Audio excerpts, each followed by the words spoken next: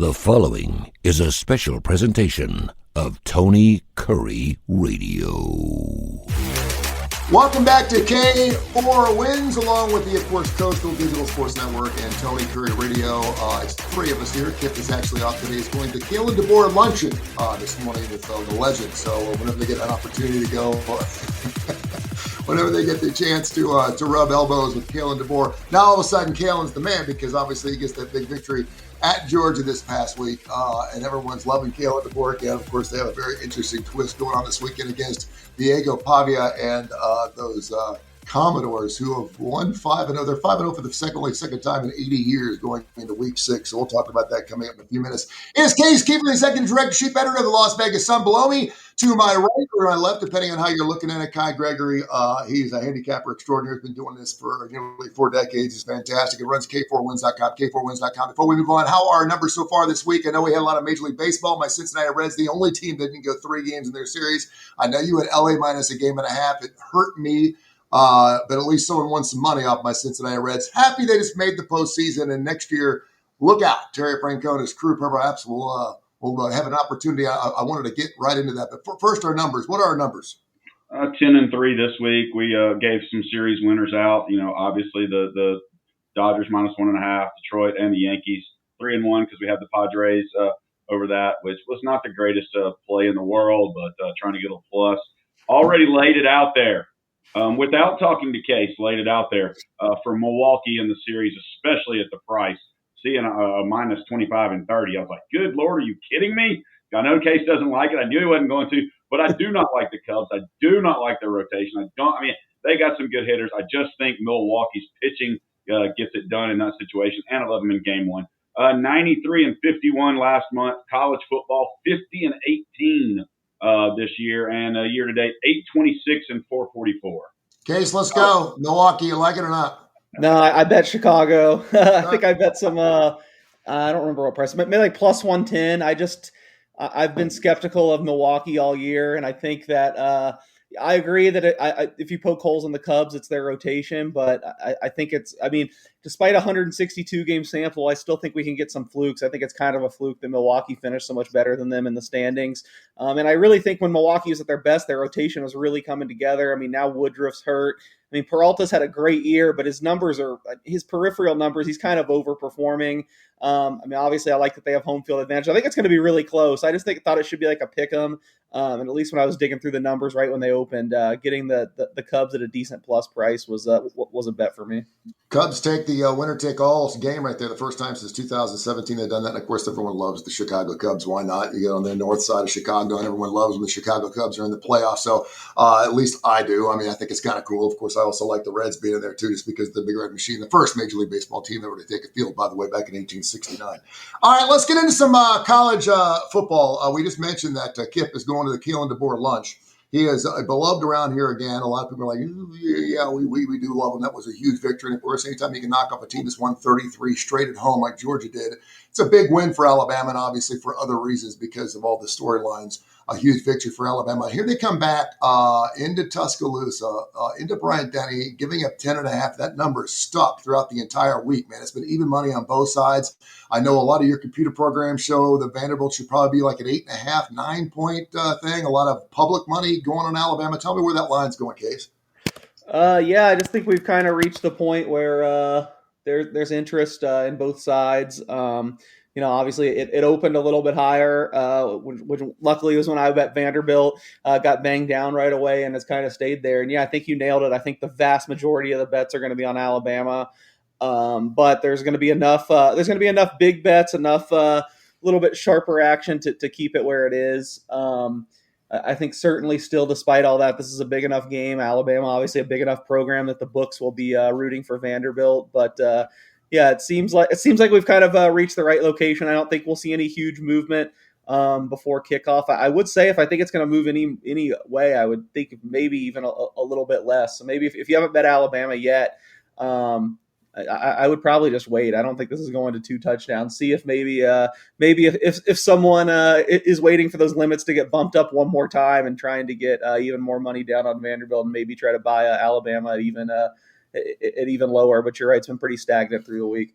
Kai, your platform obviously has a lot of Alabama fans because you take local action here. They absolutely love Alabama. They play Alabama regardless of what the line's going to be. And I'm assuming they're all loving on Kalen again because they got that victory. Not only that, but they covered this past week against Georgia, and they're giving up 10.5. Everyone buying it down 9.5 and letting it rip.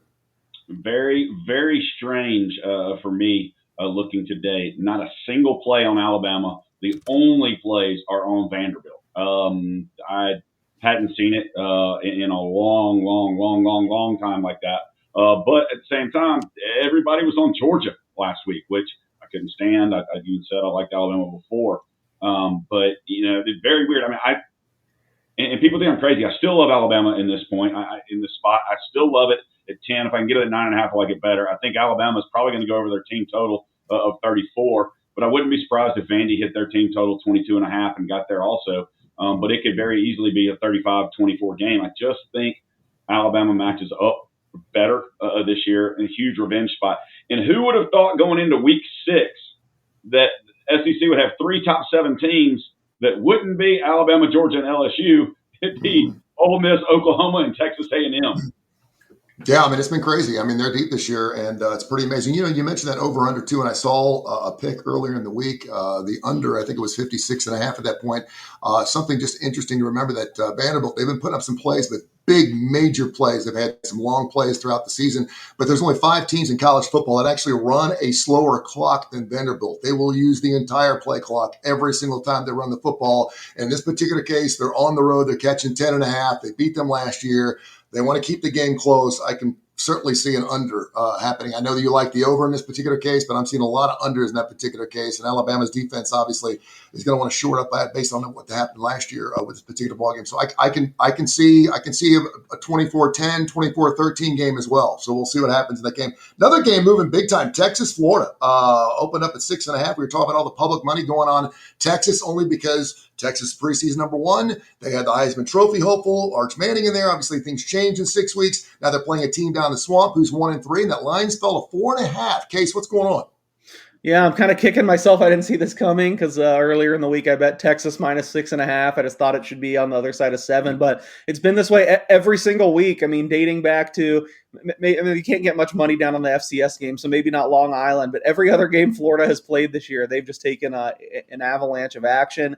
And, to a degree, I get it. I mean, I was super high on this roster coming into the season, too. I think just personnel-wise, they match up with just about anyone. And it does scare me because I think at some point they get it together. I mean, we saw it happen at the end of last season. I do think they win one of these games where they're going to be an underdog. I just personally didn't see it being this one just with how good Texas's defense is.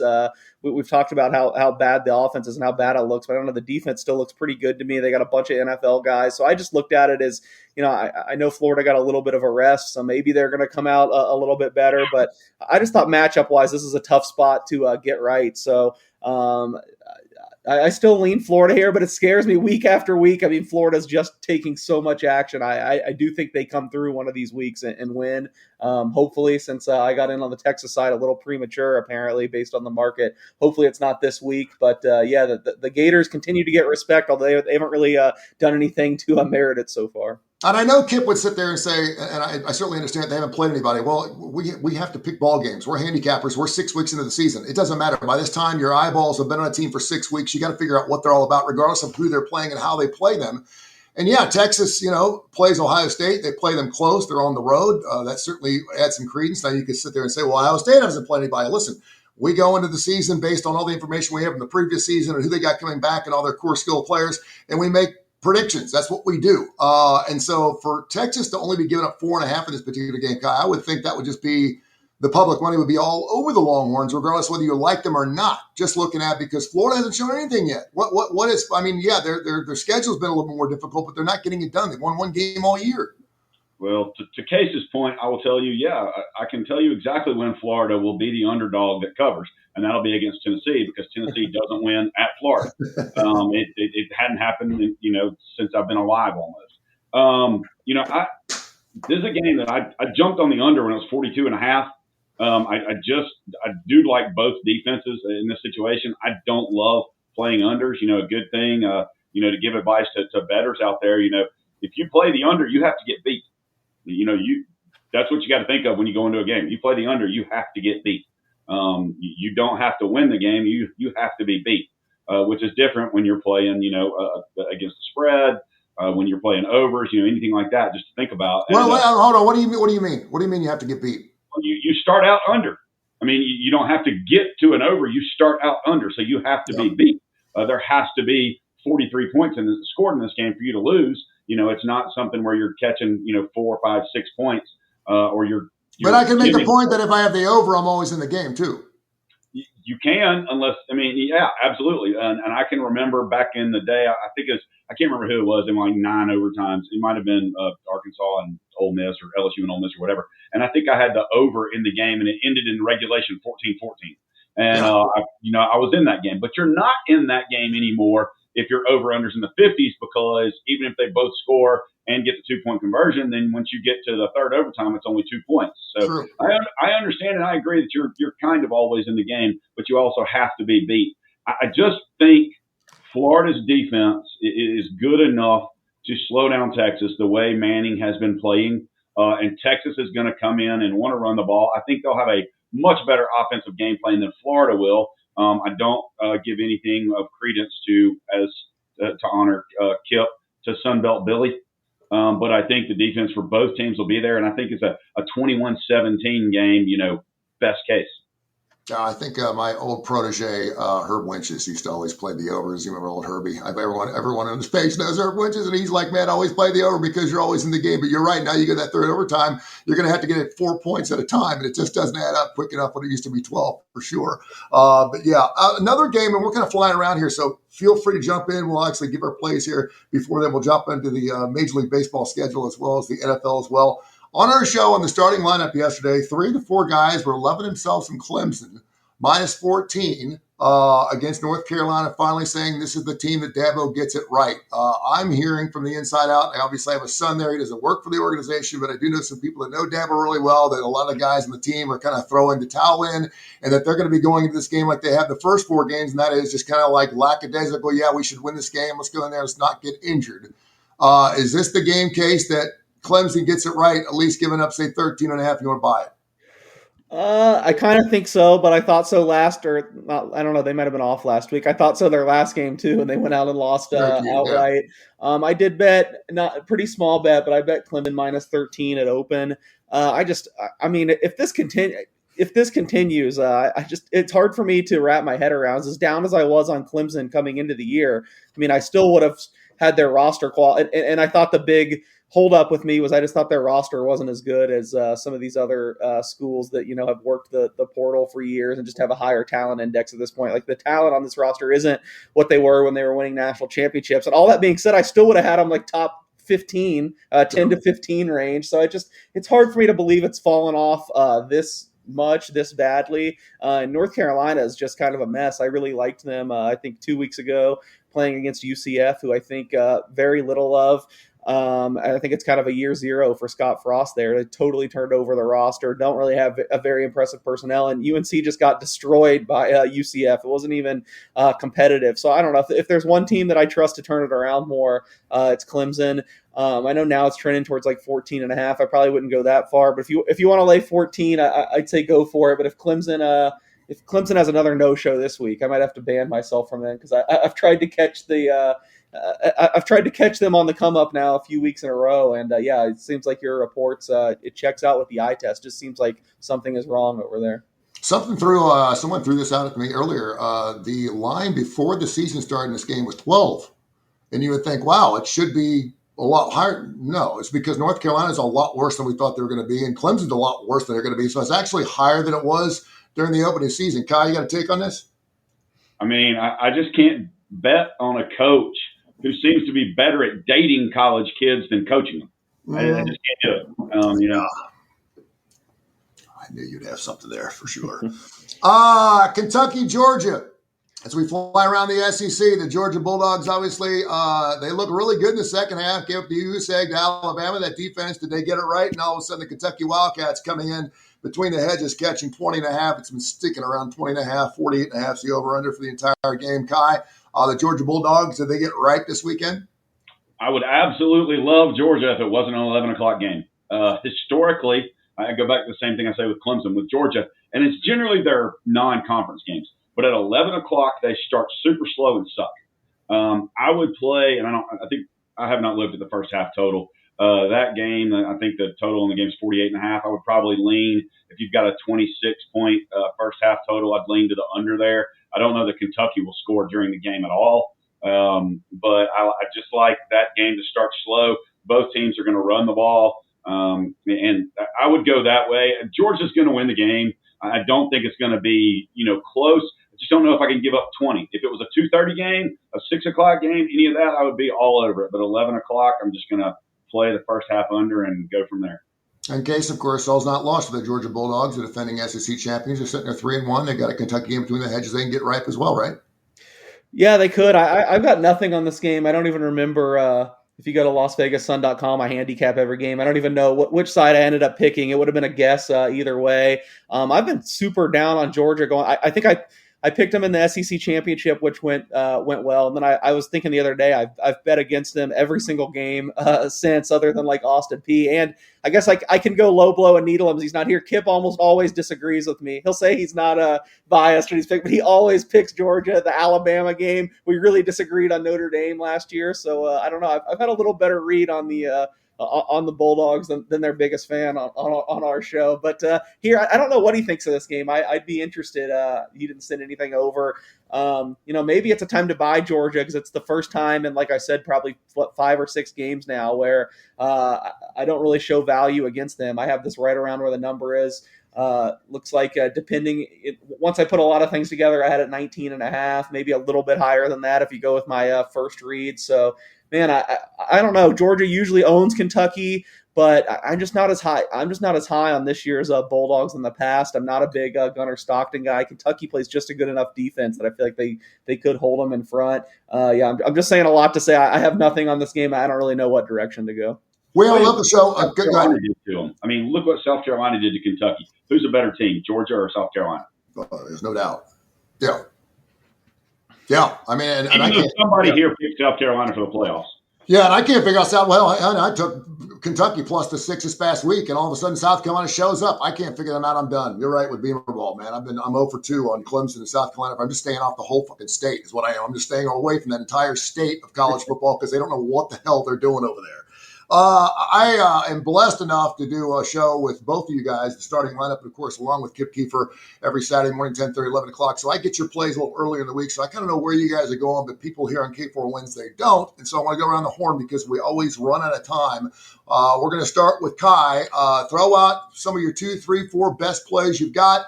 We realize, and a lot of people have brought this to our attention because by the time you see this show air on a Friday, the lines change between now and Saturday. I understand that. You're like, well, you like them +3, and now all of a sudden it's a pick'em game. It happens. That's the way it goes. If you can get on the lines when we throw them out there, get on them early. And, of course, you got someone like Case who jumps on games the minute they come out, and that's why he gets games like +12 when they close at 9.5. That's why he's the best at the best. So keep that in mind. We'll do the best we can to find games where the lines are certainly comparable to the way we pick on the show here. Kai, give me around 3 or 4 games you really like that you're going to the games. I already know a couple of your games you're picking there for the starting lineup. What do you got, man? I'm beginning to look at some team totals, and this is just going to go against what I said earlier. But Clemson's team total in that North Carolina game's 30.5, and I think North Carolina's given up that in halves to some people. I'm way different than a lot of people. I think I'm loving New Mexico tonight.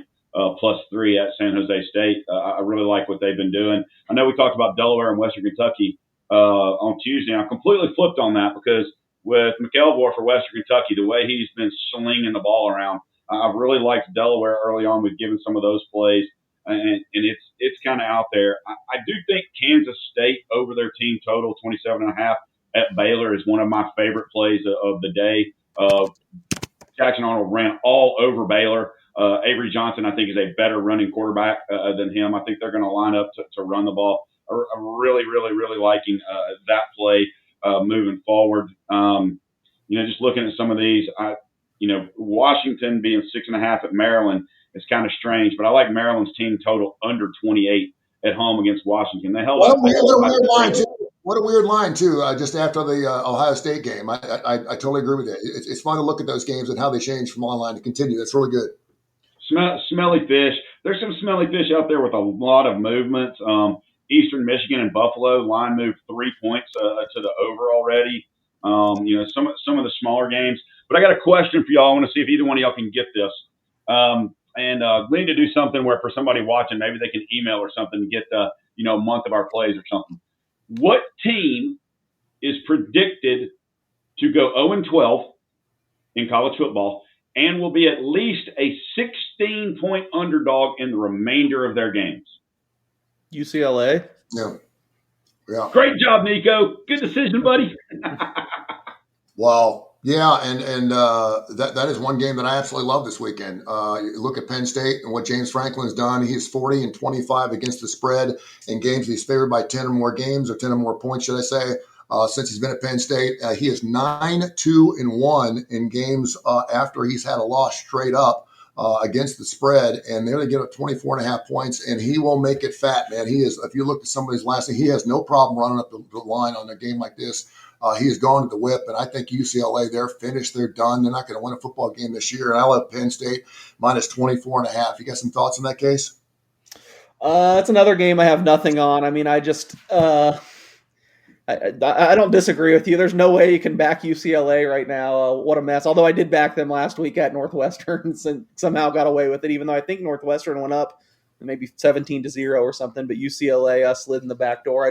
I don't think Northwestern's high powered enough to be laying that many points to any team that has comparable talent level to them. At the same time, I don't know, Penn State, it doesn't look like a vintage Penn State right now. They obviously not scoring at as high of a clip. They're playing really slow. It seems like Drew Aller's got some mental blockage. So I don't remember who I picked in this game even, but I definitely don't dislike it. I'm just probably going to stay far away. I'm glad you gave the disclaimer. It's always hard for me to pick out like my one or two favorite plays by now. Cause yeah, like you said, I mean, I'm 90 to 95% of my college football action is going to be on Monday, or even this year it's gone even a little bit earlier because places are starting to post Saturday night and Sunday. Of course, they barely let you bet anything then. So, so a lot of my favorite things have moved. I mean, hopefully, if you listen to the Tuesday show, I think it's probably a little more helpful. I think I mentioned I love Texas A&M then laying 14. I think they were even laying 14 at some places yesterday at this time. Now it's all the way up to 15 and a half. That's just tough when you cross over key numbers like that. I will say a couple that haven't moved. We're kind of approaching it a different way, but I agreed with both the games Kai gave out. I bet Kansas State plus 6.5. It's still at 6, which is fine. Man, I feel so bad for Sawyer Robertson because the kid is like I think he's literally been one of the 5 best quarterbacks in the country. He puts up like 450 yards a game, but they just have nothing around him. They've spent so much money to keep him. They couldn't really supplement the rest of their roster. So I'm glad he got paid. I think he could have done better going somewhere else. And I mean, I'm sure he's going to get drafted. He'll have a nice career, but I feel like he's playing at such a high level that maybe they steal the game. But I wish there was more around him. And Kansas State just seemed like they kind of got it back on track after their bye week.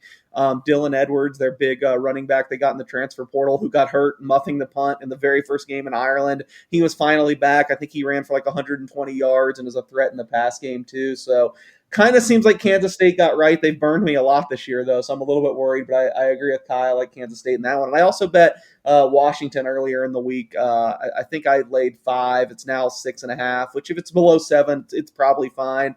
I think they probably played a little bit better against Ohio State than they're getting credit. They just didn't finish a couple of drives. That they were aggressive, went for it in some situations. I can't remember the exact thing, but they had some trick play they tried to run that went disastrously. I don't mind taking swings like that when you're like especially when you're totally undermanned. I mean, you're going to have some things go right to beat Ohio State. And really at the end of the game, the underlying numbers were not as bad as the score. So I'm still pretty high on Washington. I know Maryland's quarterback Malik Washington's been really impressive too, but I like Washington more long term. So I know Kai went over team total on both, but I played the point spread on both those games. I love the handicapping fodder of revenge games, hangover games, games after bye weeks. It makes for great conversation. He was on this staff, now he's on the other staff, and that's going to give him advantage, blah, blah, blah. It just doesn't normally play out that way. Certainly one of those games come this weekend when you got Virginia, who just had a huge victory this past weekend. Now they go into Louisville, Miller Moss. who's thrown over 300 yards 3 times himself. The Louisville Cardinals, they're undefeated, folks. One of 13 teams that are undefeated. They go into Papa John Stadium. And now the line, I had it at 7.5, and I loved it at 7.5. It's gone all the way down to 6.5. Something tells me Virginia comes up a little flat this weekend. Kai, what you think? I mean, I would have to agree with you in that one.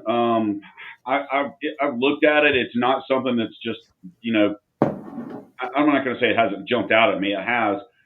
If I play this, I've got to go that way. I cannot back Virginia after that game. However, if I would probably look at the team totals and like some overs in that one as well.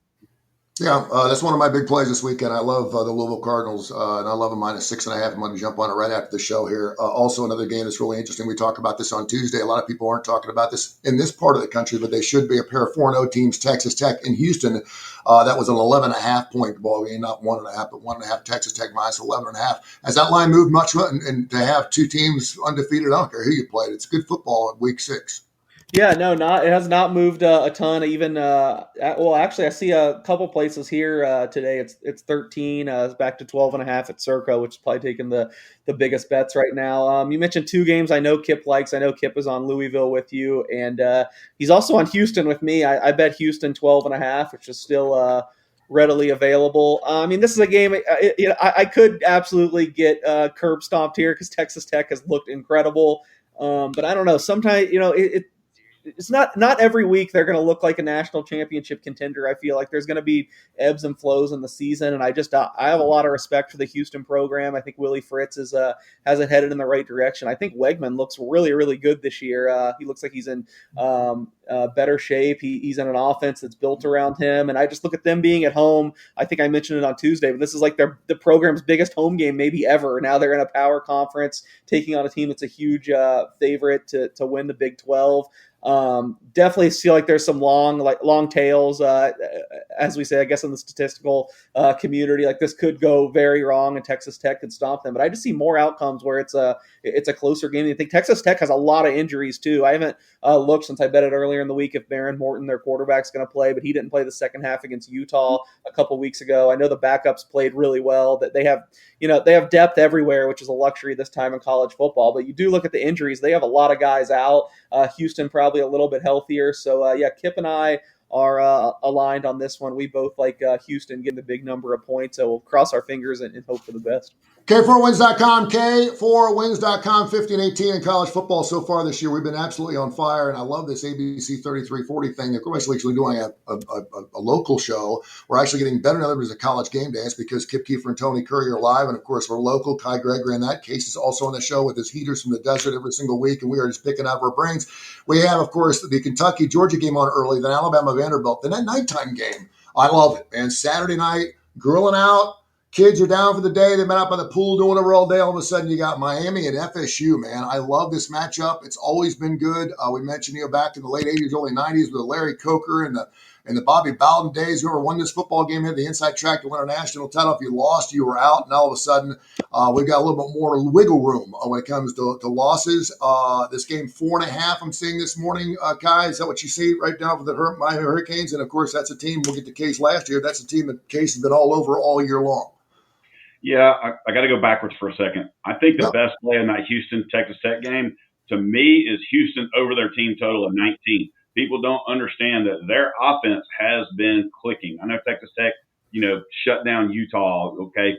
Totally different offensive scheme for Houston. I think they get at least 20, 21 points, in minimum. Anyway, Miami matches up, and in my opinion, has better players at every position than Florida. Every single position.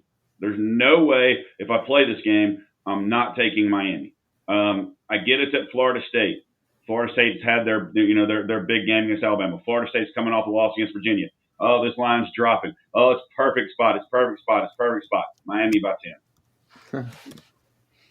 Case, you've been on them all year long. I hope he's right. I'm not on anything in this game. I'm really leveraged Miami futures everywhere.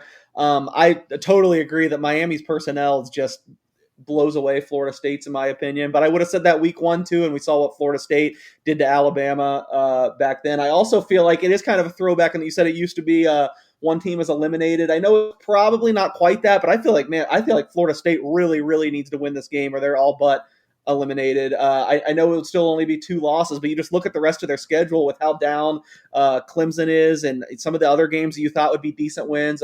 Just called it up, like Virginia Tech is terrible. Stanford's terrible. Like, this is kind of their last chance to really firm up their resume. I think they're going to need some chaos to get into the playoff if they have 2 losses, even with the Alabama win. So, the spot to me does kind of favor Florida State. I mentioned on Tuesday I'm worried about Carson. I want to see how Carson Beck throws. Maybe, it's not something I do a lot, but some people are really good at live betting and they swear by it. There's certain games though where I see the merit in it. Maybe this is a game where you kind of see how it goes early and decide if you want to live bet it, because Florida State kind of has that weird rushing attack under Gus Malzahn, obviously. I feel like Miami should be able to handle it because they're so good on the defensive front, but maybe you see a possession or two, see how they're doing with that, and see how Carson Beck's throwing the ball. If he's only throwing it 5 yards from the line of scrimmage again, maybe there's alarm bells. But if they and I'm sure they've heard that everyone freaking out about it. It's been a lot of the Miami fans wondering if his elbow's okay.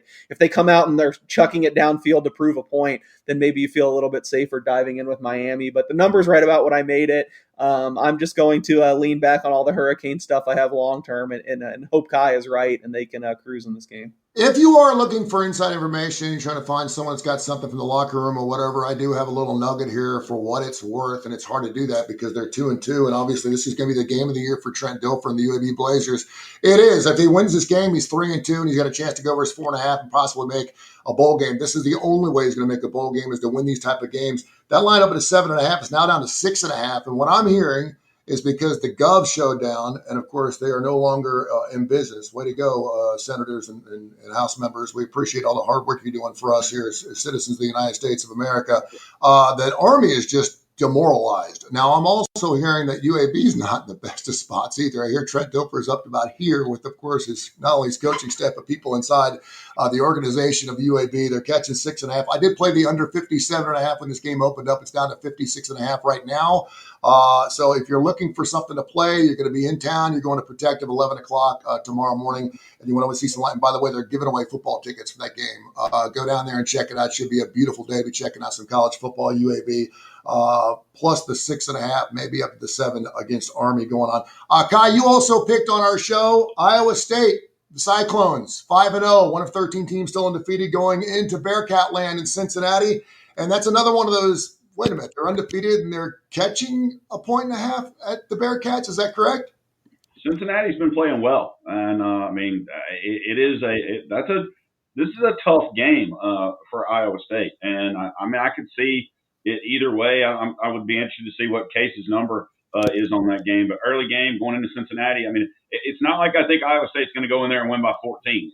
They have been the one score, one possession, kings lately. I just trust Rocco Beck in this situation. The Iowa defense. I think I saw the Iowa State defense. I think I saw a stat the other day where they haven't scored, I think, like over 21, 22, 23 points, but they also don't give up more than 16. So it's probably going to be a low-scoring game. If it gets up to the total, which is 55, then that's not a good thing for Iowa State. They don't need an up-and-down game. They need to play, ball control, their type of game, leave the game in Rocco Beck's hands and go that way. And I will tell you, Tony, if you're going to bet that UAB game, I would have to go with you, take the points. What I don't understand, and this is strictly to Birmingham, so everybody else listening, just give me 20 seconds on this. Why is the mayor asking the city council for $200,000 to buy tickets to UAB games when they're giving damn tickets away? Yeah. Well, you can still go there. You still go to the website and buy tickets. They would like to go to UABsports.com and buy the tickets. But yeah, city council buying a bunch of tickets. This is one of those. By the way, this is something that they arranged prior to the season, where they go in at least one game. It is Armed Forces Day down there at UAB, so they're going to be recognizing. And here's the part that just absolutely sucks. No flyover tomorrow. They're supposed to have a huge air flyer. I'm friends with some of the guys down at the 127 Air Refuelers, and they were really looking forward to having a massive flyover tomorrow. It was going to be broadcast on TV. It's on ESPNU. It's going to be a national televised game. And as of right now, no flyover because these dumbasses can't figure out the budget for the United States of America, which just sucks. And you talk about the little things that affect, and again, I know we do a game here and you guys probably don't give a shit. but none of the Army kids get to go. The band doesn't get to go. The cheerleaders don't get to go. The fan section doesn't get to go. It's just the team. Even the secondary guys, the string guys, the guys who are on practice squads, they don't get to travel with Army. It's demoralizing. It sucks. It's period. That's as political as I get. It really blows because this is college football and everyone should have an opportunity to be playing in this. And again, you come into UAB, a fine little city down here in Birmingham, play some football, and perhaps if your Army get a victory, they're not having a very good season either. But that should be interesting. Another Armed Forces team that is doing really, really well is Navy. They've got an interesting ball game this weekend. They're 4-0 as well, Case, since we're on the Armed Forces. What's your thoughts on the Naval Academy this weekend?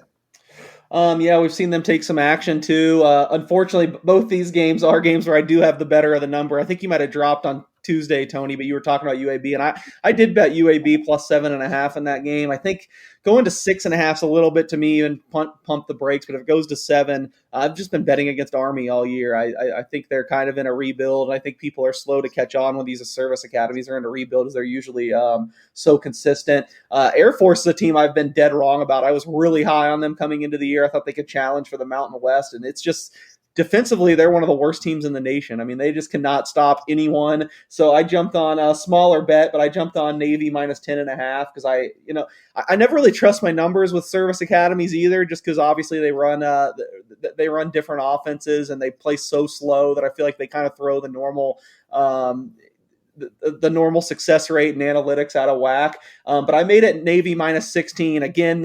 So it seems like a gigantic delta that I should have made a huge bet on it. But again, I don't trust my numbers on these games because they play a little bit weird. Obviously there's the trend everyone cites that these games against each other, they've gone under on like a 90% clip for the last 20 years. So if it's going to go under, it's going to be tough to cover the 16, but just on paper, this looks like one of the bigger mismatches between these two schools in a while. I mean, Air Force just can't stop anyone. Navy is a super dynamic player for the second straight year in Blake Horvath.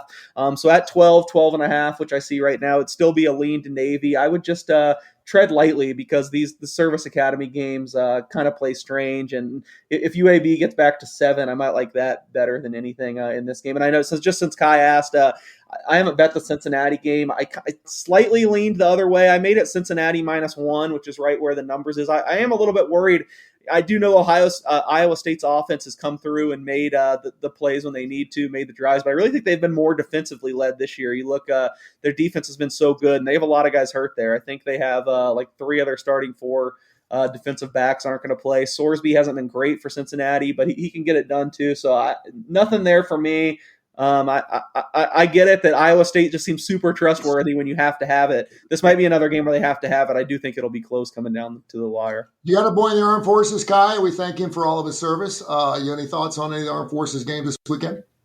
Yeah, I jumped on Navy early, got him at 10, and I actually bought it to 9.5 because I could when it came out because I just like getting off that key number. I don't necessarily buy to tie, but I'll buy for a win in a heartbeat. And sometimes, people say never buy for a tie. Well, if you buy and you get the tie, then you didn't lose. So it's a pretty good buy, in my opinion. Anyway, moving on. I think it helps Navy with all the things that you were just saying about the Army people not being able to travel. Well, it's at Navy, so all those guys are there. So the Air Force is not going to be able to travel as well either. It was something when the shutdown came that I backed off a little bit and said, should I buy out of this? Does it change anything? I don't think it really changes anything with the, at least the first string, all those different things. But the Air Force is not going to have their fans there, like you're talking about, their cheerleaders, the band, whatnot. So that, and it is a little bit of a drive from, Denver to the Naval Academy.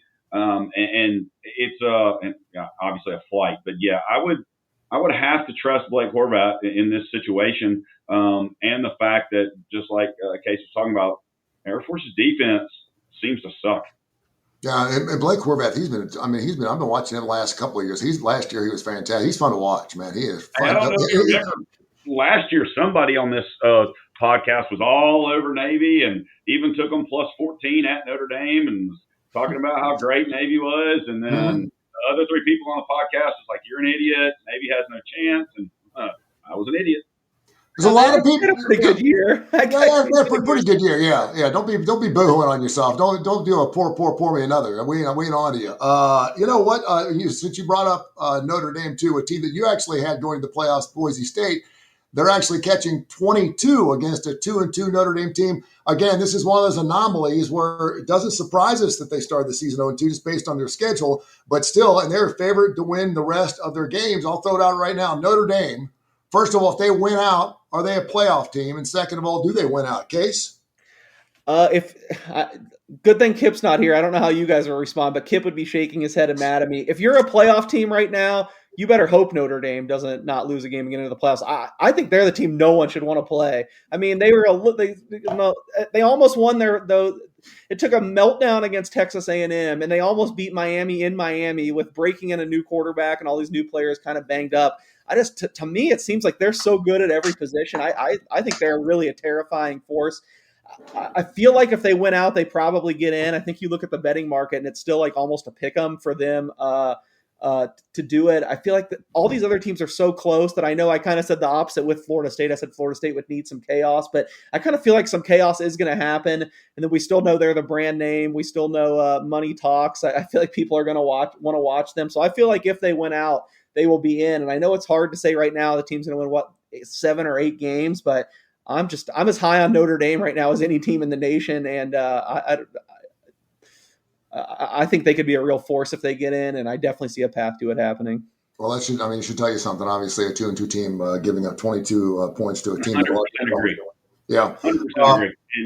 Anybody else got anything else that you want to throw out that was on the show or anything else on? Obviously, we have a lot of plays that we want to put up on K4Wins.com. K4Wins, we don't blow our entire wad here in the show, but we've given you plenty to play, including lots of teams totals as well. But anything else before we jump into the National Football League or MLB, you guys? Well, I mean, that Western Michigan game that I told you about, that's strictly a bet against UMass, who is one of the top or one of the bottom 3 teams in the country. In my opinion, and Western Michigan is not horrible offensively. But I think that Notre Dame Boise game is definitely an elimination game. And if you recall, looking back to last year also, when Notre Dame stomped Arkansas on their way to winning however many in a row they won and get in the playoffs, I think this is the same setup for them. And I think they continue to go. And in prize picks, Jeremiah Love's over is 1.5 on touchdowns. I think Love gets 3 touchdowns again this weekend and moves forward in his Heisman campaign. Oh, so there you go. Jump on board. And where's that line right now? What was that? Was it Jeremiah Love? What's his Heisman line right now? Case? Plus 3,500. Yeah. Why not? You blow it up and put everything you can on there. All right, let's go to the National Football League. Had an interesting game last night. I thought maybe the Rams. I like that 8. I always look at lines like that because obviously that 8 line, that 8 number is a big number, and a lot of people are going to be taking the other side just because it's at that break number 7. And obviously they didn't get it done. San Francisco looked fantastic last night. They get it done 26-23. Now we get into the weekend of great National Football League plays. Let's start with the man who's actually in the locker room with his Las Vegas Raiders, not because he plays for them, because he writes about them. The Raiders playing the Colts on the road. And, of course, that Colts dream continues. They're 3-1 in the season. The Raiders 1-3. What do you expect from your Las Vegas Raiders this weekend? Yeah, well, first of all, last night was painful. If you watched the show on Tuesday, just to give an update, I was, I wouldn't say patting myself on the back, but pretty excited. I had Rams -3 from an early line posted, and I mentioned that it had gone so far, even at that time, I think it was only like 6.5 or 7. I said if it kept going, I was going to buy some back on the 49ers and shoot for a middle. Just I couldn't get it that high, even with the 49ers having all the injuries. Well, of course I didn't, so I end up just losing the Rams bet. I'm honestly not a big middler or hedger by nature. I know Kip likes to play up or loves when I do it and do it successfully, but when I had a number that just aged that well, and clearly there was a ton of interest in the Rams with the 49ers having no one, I ended up not doing it. And yeah, last night ended up being a big loser for me, unfortunately, which is too bad when you beat the market that big. As far as the Colts Raiders game, the Raiders, I think one of the most concerning parts of their early season starting 1-3, is the fact that in all 4 of these games, they've had the healthier side. They hadn't really had a ton of injuries, although I do know, Brock Bowers has been limited and not himself, which hurts. But that kind of flips this week. They're pretty banged up on the final drive where they got the field goal block to lose against the Bears last week. Colton Miller, their great left tackle, really the only guy who's been able to block at all, went down with a high ankle sprain, a hairline fracture. He's not going to play. play. The other big weakness on the team has been the secondary. Their top cornerback, Eric Stokes, hurt his knee with a knee sprain. Sounds like he's going to play, but I mean, we've seen it with Bowers, who I just talked about, that if you play through these knee sprains, you're not always yourself. So it really concerns me that they might be even weaker in two of those spots. I still see a couple 6.5s out there. If you could get the 6.5, I would lean laying it with the Colts. I mean, not lean, I bet it myself. 6.5 to 7, such a big move that even at 7, I don't feel great about laying the 7 with the Colts. I still long-term kind of want to sell on the Colts. I feel like people are getting a little too excited about them. They did play really well last week at the Rams, but maybe we're too high on the Rams. If you saw last week, last night they couldn't beat the B team of the 49ers. And other than that, I mean, they beat the Broncos on a leverage call at the end of the game where they got a second field goal, and they beat up on the Dolphins and the Titans, who were 2 of the 10 worst teams in the league. So the Colts I'm still not totally sold on, but I'm just really worried about the Raiders injury-wise this week, and I don't think Ashton Genty is going to have the type of game he did against the Bears. The Bears have the worst rush defense in the league. I think the Colts will really try to make Geno Smith beat them, and he's capable. I mean, historically, he's played well indoors, but I'm just worried about the Raiders' injury situation. So never Raiders, maybe Colts. It's a leverage call, one of the dumbest calls I've ever seen in my life. I hate that call. I hate the leverage call. I hate that, particularly when it decides a football game. God, I can't believe it. But after this weekend, either the Texans or the Ravens are going to be 1-4. I don't know if teams going 1-4 has made the playoffs. And both the Texans and, of course, the Ravens are 2 teams a lot of people were high on. What do you see in that ball game? Yeah, I mean, I was high as a kite on Baltimore before the season. One of my largest bets was them over 11.5, and now they got to win, 11 of 12 games to get there. That's really encouraging for my bets. I'm all over Indiana Jones and the Indianapolis Colts. I think they absolutely destroy Vegas this week. I'll be shocked if it's below 14 points. I'm super high on the Colts since week 1, since Indiana Jones came in, won game 1. They're showing out. He's showing up. Absolutely love him. And Pete Carroll's a joke. So anyway, moving on, there's some other games really like Mark that 46 minutes into the show. We may have to use that. Go ahead. I mean, there's a reason why we had. I think we're seeing, and fortunately I toned it down, but I was big on this in like January and March when these guys are getting hired. There's a reason why coaches don't coach into their 70s, and I think we're kind of seeing it backfire with Carroll and Belichick. I mean, the Raiders have just not looked. The big talk with this Raiders team was they're going to be different this year. They're going to be sharp and buttoned up and not do the dumb stuff. They do not look like a well-coached team, and neither does North Carolina with Bill Belichick for that sample size. So I really, a game that's sticking out to me, which I don't know why, because I mean I just don't understand the line movement. Tyreek Hill goes down, he's out. Carolina opens as a 1.5-point favorite, and now Miami's a 1.5-point favorite at Carolina. A 3-point line move does not happen often in the NFL during the middle of the week. What the hell's going on, Case? I'm guessing people probably see what I see, and I just think Carolina's terrible. I know it's kind of got misleading because they won the 30-0 game against the Falcons, but I feel like the Falcons kind of gift wrapped that game. I mean, the Falcons are actually were the team moving the ball better and stuff. And I think Penix had 3 interceptions, 1 pick six, 1 back into their 10-yard line.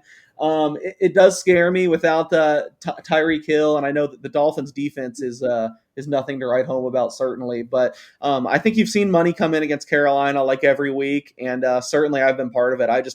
I'm looking to sell on the Panthers as much as I can. I think I bet Miami even before the Monday Night Football game. I might have gotten plus 1.5 or something. The Tyreek Hill injury does matter to me, though, so I'd probably sit it out now. But I'm of the opinion that I can't bet the Panthers until I see a little bit more defensively. They've been terrible, and Bryce Young's only got it done in stretches. So I'm kind of out on Carolina, and I feel like a lot of other people are too. As amazing as the 1-3 is, you got 2 pairs, or actually 1 pair team here, the Buccaneers and the Seahawks. Whoever wins this game is going to be 4-1, the inside track to win the division for sure.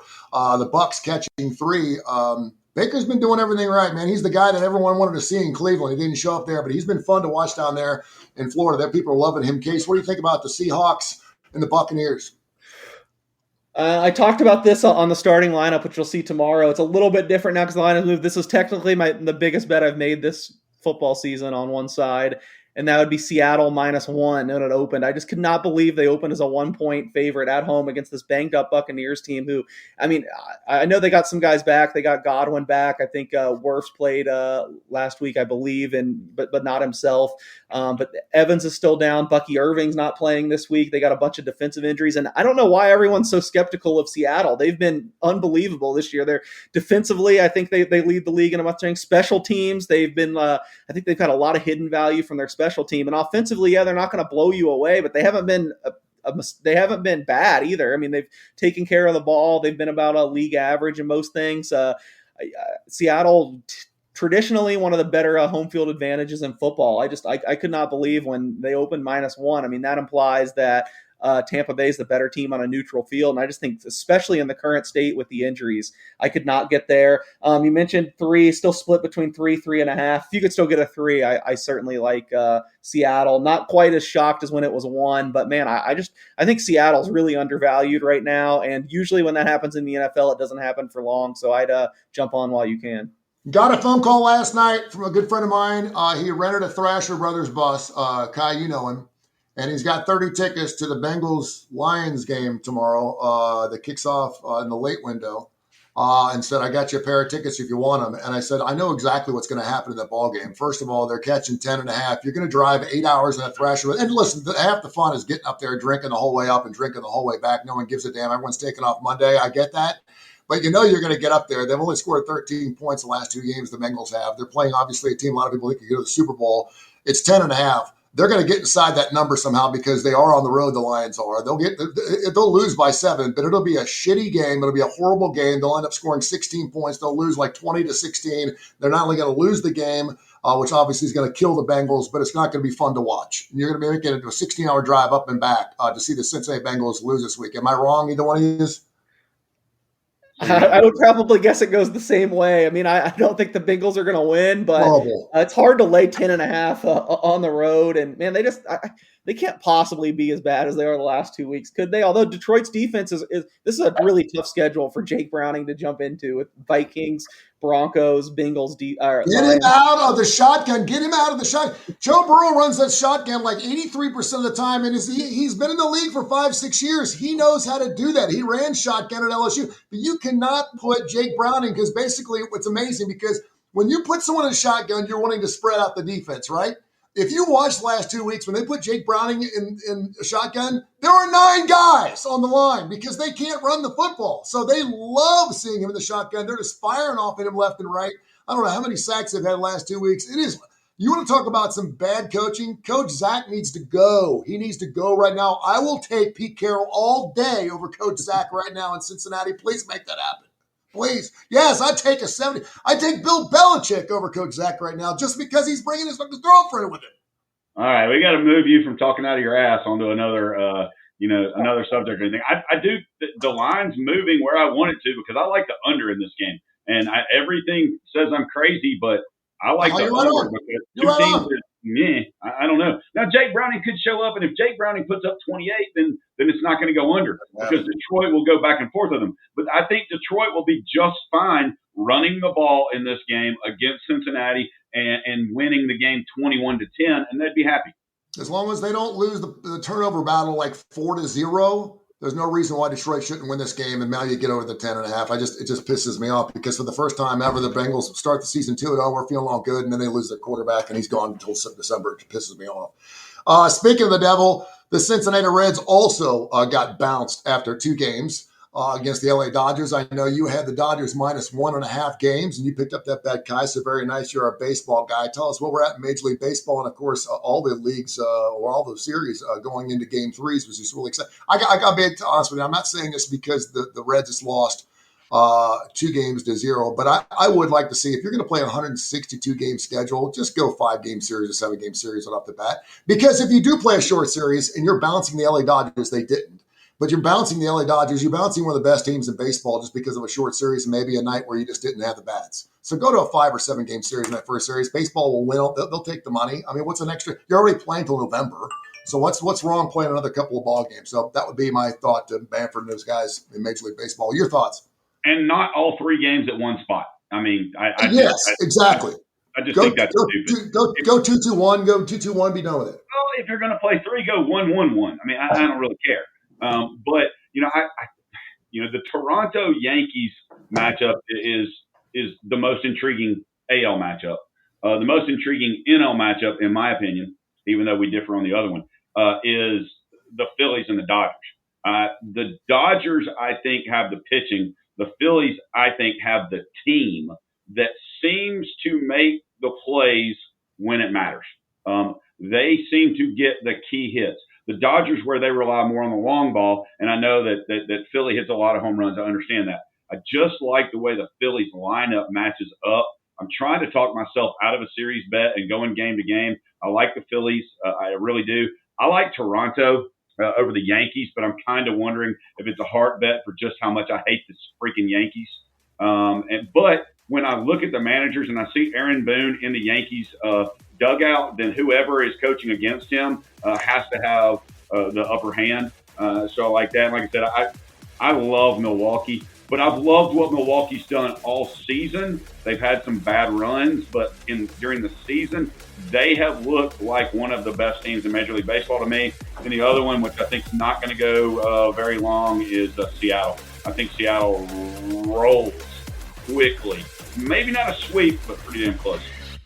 All right, K4Wins.com, K4Wins.com. Go to the website, pick of the patches, get after it. And of course, certainly listen to our shows every Tuesday and Friday right here at 10 o'clock Central on the Digital Sports Network here at Coastal. They do wonderful work. And of course, also Tony Curry Radio. Gentlemen, it is showtime. We've got another great Saturday of college football, professional football, Major League Baseball. We'll be back into it on Tuesday. Thank you so much for your time. I appreciate you. This has been a special presentation of Tony Curry Radio.